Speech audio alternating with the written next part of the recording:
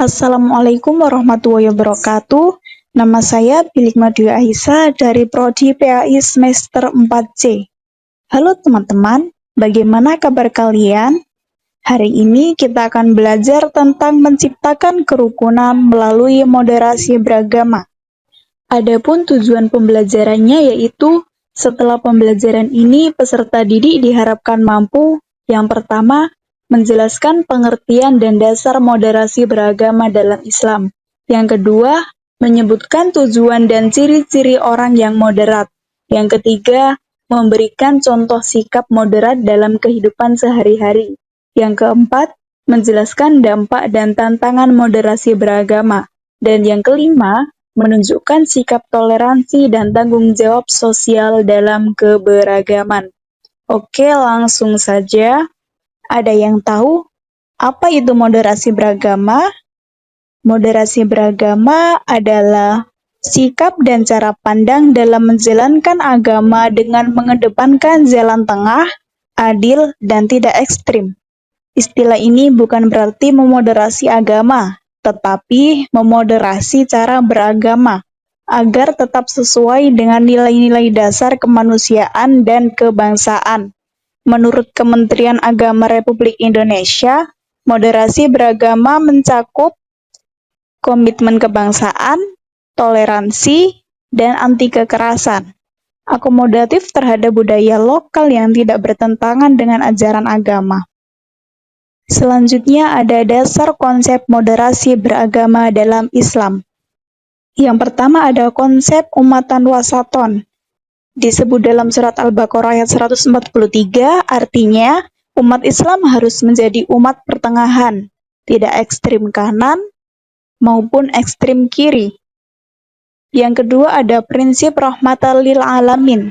Dalam surat Al-Anbiya ayat 107, Allah menyebut Nabi Muhammad sebagai rahmat bagi seluruh alam. Artinya, Islam harus membawa kedamaian, kasih sayang, dan manfaat untuk semua tanpa terkecuali. Dan yang ketiga, ada prinsip la ikraha fid din. Dalam surat Al-Baqarah ayat 256, yang artinya tidak ada paksaan dalam menganut agama. Islam tidak memaksakan keyakinan, melainkan mengajak dengan hikmah dan pengajaran yang sangat baik. Selanjutnya ada tujuan moderasi beragama. Yang pertama yaitu menjaga kerukunan antar umat beragama. Yang kedua, mencegah konflik sosial dan kekerasan atas nama agama. Yang ketiga, menjaga keutuhan NKRI dalam bingkai Bhinneka Tunggal Ika. Yang keempat, menguatkan sikap toleransi dan gotong royong. Dan yang kelima, mendorong pemahaman agama yang humanis dan relevan dengan konteks kekinian. Selanjutnya ada ciri-ciri orang yang moderat dalam beragama. Yang pertama, berpikir kritis tetapi tidak sinis. Yang kedua, menolak kekerasan dan radikalisme. Yang ketiga, terbuka terhadap dialog lintas iman. Yang keempat, menghargai budaya lokal selama tidak bertentangan dengan syariat. Dan yang kelima, menjalankan agama dengan penuh tanggung jawab sosial. Untuk selanjutnya ada moderasi beragama dalam kehidupan sosial. Moderasi beragama sangat penting untuk menciptakan kerukunan antar umat beragama. Kerukunan ini tidak hanya ditandai dengan tidak adanya konflik, tetapi juga harus saling menghormati dalam perbedaan, harus saling membantu dalam kehidupan sehari-hari, membangun ruang dialog yang sehat, serta bersama-sama menjaga ketertiban dan keamanan lingkungan. Selanjutnya ada contoh praktik nyata moderasi beragama dalam konteks. Contoh di sekolah, sikap moderatnya yaitu berteman tanpa diskriminasi agama. Contoh di masyarakat, sikap moderatnya yaitu gotong royong membangun fasilitas umum tanpa memandang agama.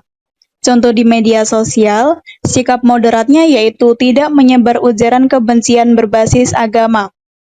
Contoh di dalam keluarga, sikap moderatnya yaitu mengajarkan toleransi dan sopan santun sejak kecil. Contoh dalam berdakwah, sikap moderatnya yaitu menyampaikan ajaran Islam dengan bahasa damai dan bijaksana. Selanjutnya ada dampak positif moderasi beragama. Yang pertama yaitu terciptanya masyarakat yang harmonis dan damai. Yang kedua, mengurangi potensi konflik antar agama. Yang ketiga, meningkatkan kolaborasi antar umat dalam membangun bangsa. Yang keempat, menguatkan jati diri bangsa Indonesia yang religius, toleran, dan beradab. Selanjutnya ada tantangan dalam menerapkan moderasi beragama. Yang pertama ada radikalisme dan ekstremisme keagamaan. Yang kedua, kurangnya literasi keagamaan dan pemahaman kontekstual. Yang ketiga, penyebaran hoaks dan ujaran kebencian di media sosial. Dan yang keempat, ketidakseimbangan antara pemahaman teks dan konteks ajaran agama. Selanjutnya yaitu ada upaya meningkatkan moderasi beragama. Yang pertama, pendidikan karakter dan agama yang mencerahkan, bukan menghakimi. Dan yang kedua, penguatan peran tokoh agama dan pemuda sebagai agen perdamaian. Yang ketiga, kampanye publik melalui media sosial tentang pentingnya toleransi. Dan yang keempat, mengembangkan kurikulum pendidikan agama yang moderat dan adaptif.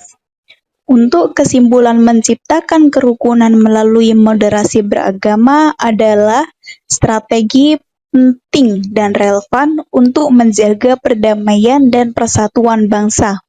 Moderasi tidak menjauhkan dari agama, tetapi justru mengajak kita untuk menjalankan ajaran agama dengan hikmah, kasih sayang, dan tanggung jawab sosial.